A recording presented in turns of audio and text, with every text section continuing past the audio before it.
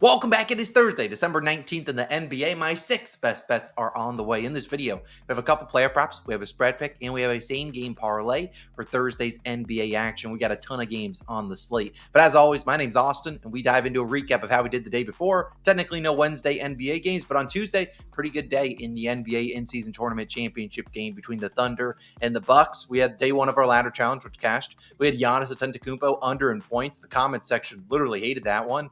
He scored 26, so not too sweaty. Then Thunder minus 4.5. Thunder could not buy a shot in that game. It was just a half unit play. So our two bigger plays, one half unit, lost, whatever. Hey, we'll take a 2-in-1 day. That's now 4 straight NBA winning days. Today, we go for a 5th straight. As always, if you are new, my name's Austin. I appreciate you for tuning in. Yesterday, we didn't have any NBA games, but we did post 2 NFL videos, one covering the whole slate this weekend, and then another covering Thursday Night Football. Encourage you to go check those out after this one. I'll link those down below in the pinned comment and the description. But let's dive into the picks today. We're going to begin with a 1.5 unit play. It's going to be the guy that is on the thumbnail. He's my best bet of the day. And it's a little bit tricky how I'm playing him, but there's obviously an easy pivot. Here it is, 1.5 units on this guy, Karl-Anthony Towns, the New York Knicks center. Now, I am doing a 3-leg same game parlay. Him to score 20 points or more, to make 2 or more threes, and to grab 10 or more rebounds, which is plus 100 on Bet365 for 1.5 units. Now, obviously, the easy pivot probably is just back is over in points, which is 23.5. We'll get into why I like this this SGP a little bit more, but obviously they all go hand in hand. If he scores 20, probably a good chance he gets to 24 points. His line's 23.5. I like this SGP a little bit more at 20 points, 2 threes, and 10 rebounds. So that's what I'm playing for 1.5 units. Let's talk about why. Karl-Anthony Towns makes, and this is plus 100 on Bet365. I think it's about between plus 100 to minus 110, minus 115 on every book. So not a huge difference there. Now, Cat is over the 23.5 points in 12 of 24 games. So right 50-50. He has hit this SGP, though, in 14 of 24. So slightly better hit rate. He's had a couple games in there where he finished between 20, 21, 22, 23 points. But he's still gotten the other things, the 2 threes and the 10 rebounds. I am not too concerned about him either way. I think he scores 25 or more points, but I like this SGP just in case it's not the greatest shooting night. I still think he makes 2 threes. But why are we backing him? Well, he returns to Minnesota. He's going to be a popular play today, and for good reason. But returning back to Minnesota, he has a lot of love for the crowd. The crowd's going to have a lot of love for him, and I anticipate him showing up for his former home crowd. And also, I like the matchup for him. Now, number 1 on the glass to grab the rebounds. He's been grabbing 10 rebounds like it's going out of style. He'll face Rudy Gobert, and Gobert doesn't shoot anything. He shoots at the rim. So he's going to have to be in there to box out Gobert and grab those rebounds. He's been getting the 10-plus boards pretty consistently. On the offensive side, I expect him to be pretty aggressive, especially in his return back to Minnesota. And Gobert does play a good amount of drop coverage. So when you see Cat set some screens, probably he's going to float open to the 3-point line and going to be open there. Rudy Gobert's tendency is when he's getting back on defense to kind of drop down to the paint. Cat should be open for some trailing threes there. And ultimately, I think he fires up probably 6, 7, 8 threes tonight. Let's hope he's making them. And also, I love the Knicks. They're my favorite team. I also love the personalities on this team. You got guys like Jalen Brunson, Josh Hart, Mikal Bridges, heck, even OG Anunoby. All these guys are pretty unselfish. Those are guys that are going to know this is a big game for Cat. They're going to try to get their guy going early in this one. And even if he's struggling a little bit in the first half, they'll get him going in the second half. So I love this spot here. I think the Knicks, and they play well, and they at least let Cat get going. And I think he absolutely dominates tonight. So I like him to get 20 points, to make 2 threes, could make even 3 or 4, and also get 10 rebounds, plus 100 on Bet365, a 1.5 unit play. Our last 1.5 unit play nearly cashed in the first quarter. I don't know if Cat's going to get all these 3 done in the first quarter, but hey, prove me wrong, Cat. I love the spot here.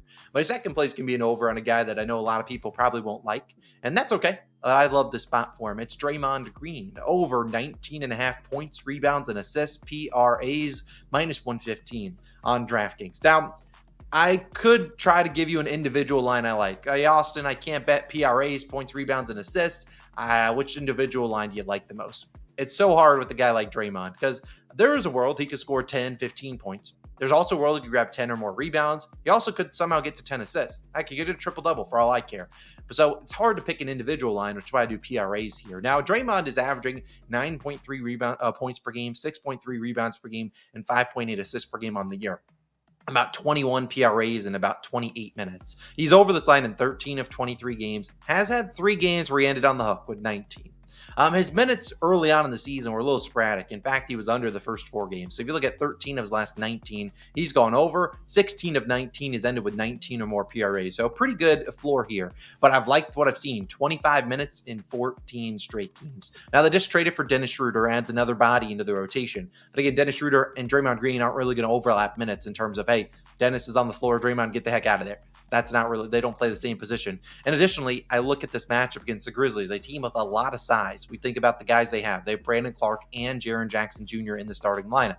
On the bench, I got Zach Edey coming in there, Santi Aldama, another big guy too. Not like a traditional big, like I'm going to bang around down low, but hey, he's still 6'9", 6'10". So again, they probably need a little bit of Draymond size and ferociousness on the defensive side. I mean, the versatility that he has. And also, you think about the motivational spot here. The Grizzlies do not like the Warriors, and the Warriors don't really like the Grizzlies either. I would be willing to bet that anytime Draymond touches the ball, he is booed tonight. The Grizzlies fans really don't like him, which is kind of ironic because he actually almost left in free agency to sign with the Grizzlies a few years back. But again, we've seen Draymond turn it up just an extra notch against this Grizzlies team. His last 11 regular season games. I'm not counting the playoffs where he was soaring over the line. Regular season, we've seen him average 9, 9, and 7. He's had 26 PRAs in about 31 minutes in those games. So not like he's playing 40 minutes. I'm trying to give you inflated stats. 31 minutes. He's averaging about 28 this season over this line in 10 of 11 games, his last 11 in regular season versus the Grizzlies. So look, I think this is a spot they need his size. I think he could easily grab some rebounds, grab some assists too, but also a sneaky spot for points. We look at Draymond's top 3 scoring methods. 40% as a spot-up shooter. He made 5 threes in his last game, 4 or 5. 21% in transition, 14% on free throws. The Grizzlies ranked 18th, 20th, and 27th defensively versus those scoring methods, and they also allowed the 3rd most free throw attempts in the NBA. So, look, I think this is a game Draymond, as I said, he's just coming off a game he scored 20. He could probably do that again. I'll put that at very unlikely.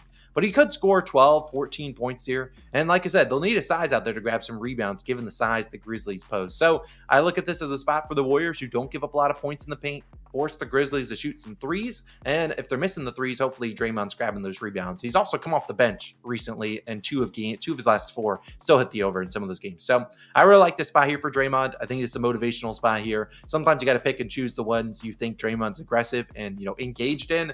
This is one of them. Give me his over 19.5 PRAs. My next play before we get into our spread pick will be an under. We've done really well on unders. I know we hit 14 straight, lost a couple, but our last few have hit.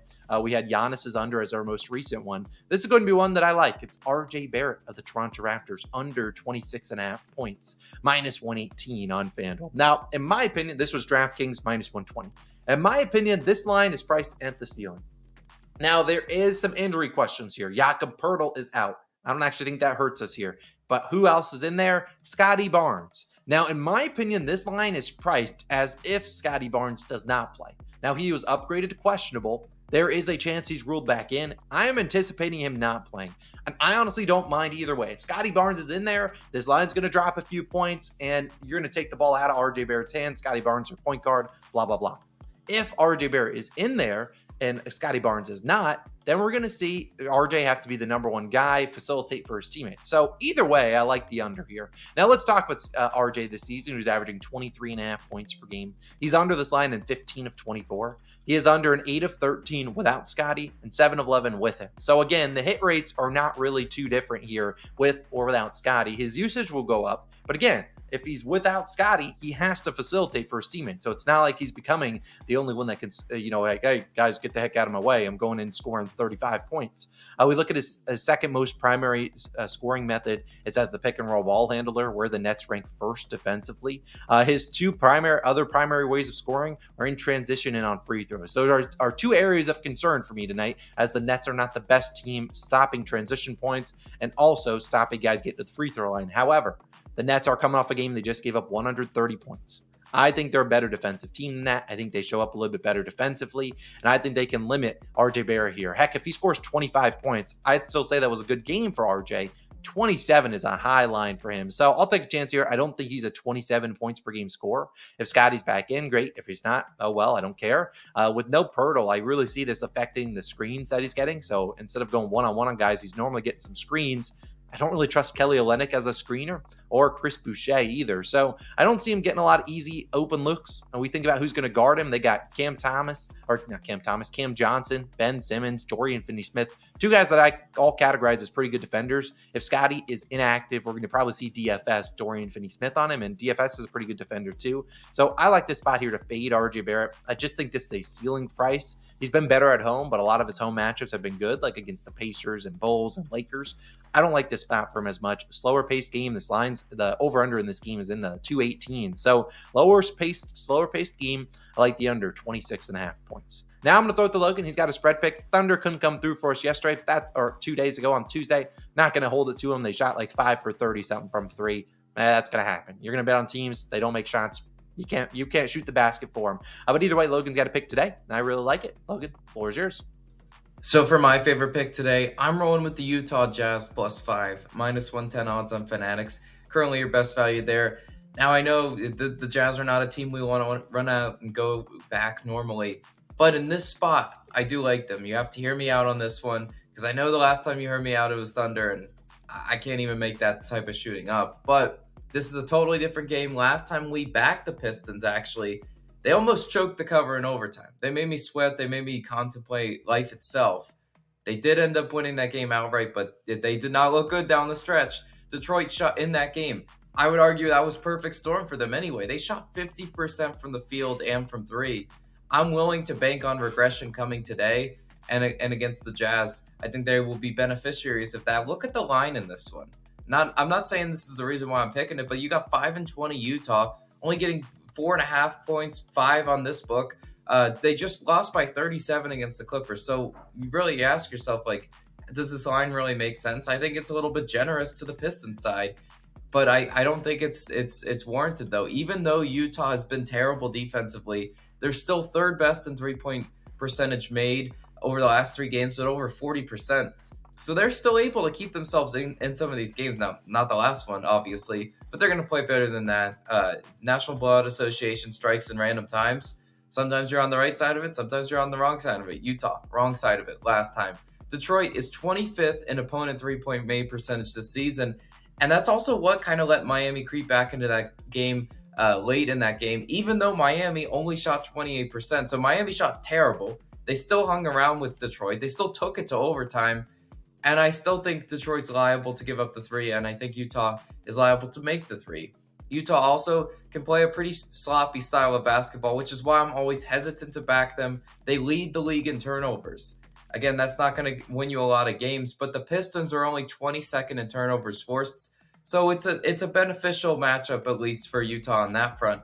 I still think the Jazz +5 is a great play. I think it's on the sharper side of the NBA slate. If you want to tell me, you can tell me. If you want to say, Logan, you're crazy, it's Pistons all the way, I understand. But I love the Jazz today. That's my best bet. Austin, throwing it back to you, though.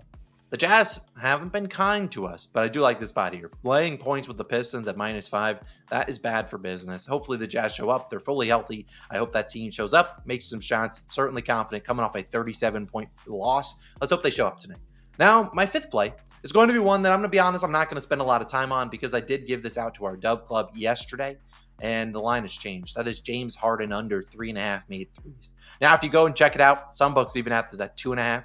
And some books have the 3.5 juice like -175. So I'm not even going to go into analysis for it. Just know I really like it. If you're in the DubClub, congrats. You got some great CLB. Let's hope it pays off. If you're not in the DubClub, you can certainly join. There's a 2-week free trial down below, or like a buy 3 months, get one free. It's a super short price. It's $6 a month. So it's not crazy. We don't post a lot of plays super early, but you do get all the plays early at 8 a.m. every morning before these videos go live, which is about 60 to 90 minutes before the videos drop. And sometimes I post some plays the day before. This was the case because we had a lot of lines early. James Harden under 3.5 made threes. I'm not going to dive into why I like it because the lines have changed and I probably wouldn't play this at -170. But if you want it as a parlay piece, just know as my full sign of approval, this was -125 when I sent it out. Hence, it's now like -175. Now my 6th play. And then we're going to actually talk about a couple other props I looked at. Is going to be day 2 of the ladder challenge. Number 6 is our 6th pick. As always, we play the ladders for 1 unit and plus the $10. So depending on what your unit size is, if it's $100, let's say your unit size 100, I recommend putting 110 on the ladder. Now that does not mean for day 2 that you're putting 220. that means you're putting 120. We're only rolling over that $10, but as always, we like to play these plays for one unit just to build up our bankroll, because now, assuming your unit size isn't, $10, you're playing with house money. You're basically broke even. If we lose today, if we keep climbing, we're making money. Even if the $20 or $10 rollover loses, at least we made money climbing the ladder. Hence why we're 12-7 on the NBA ladders, up 5 units. Not too shabby. So that will be live later on today. I'll let you know on one leg. Shai Gilgeous-Alexander will find his way into the ladder tonight. So there you go. There's a spoiler. We'll stay tuned. Check out the pinned comment. It shouldn't be live until later this afternoon. Going to wait for some alternate lines, but I'm pretty confident Shai will find his way into the ladder tonight. Now, here are a couple other props I did look at. As again, the ladder challenge will be live later on this afternoon. I'm not going to give you an ETA, but I'll say maybe 2 to 3 p.m. somewhere in there. Let's talk about a couple other props I looked at. Now, I'm not adding any of these to the card, but there are a lot of games out there. I'm sure I'll get a lot of comments about the other people. And here are a couple props I looked at. Just maybe they don't have the 100% confidence that I have in the other plays we already talked about. Said these are a couple plays I looked at. One of them is an under. Derek Lively under 12.5 rebounds plus assists. Now, I'm not adding it to my card. I do like this at about a 70, 80% confidence, but we already have 6 plays, 6 units, or 5.5 units. We don't need to put up even more on a big slate. But Derek Lively, even with Luka Doncic out, he's at a terrible hit rate. Just not a great matchup against the Clippers. And even though Luka's out and he's one of their bigger rebounders, they're going to put on other guys there that will try to be aggressive, grabbing those rebounds. Also, he's going to have to guard Ivica Zubac when he's in there. And Daniel Gafford's still healthy. These guys, I don't see Derek Lively randomly seeing, 35 minutes. He's still going to see his 24-ish minutes. They kind of do Gafford and him split dead even. 12.5 rebounds and assists. I like that one. 2 overs. LaMelo Ball's over in 3s. Domantas Sabonis over in assists. Now, I'll start with Sabonis. He's questionable. I have no idea if he plays. Very good track record hitting the assists against the Lakers.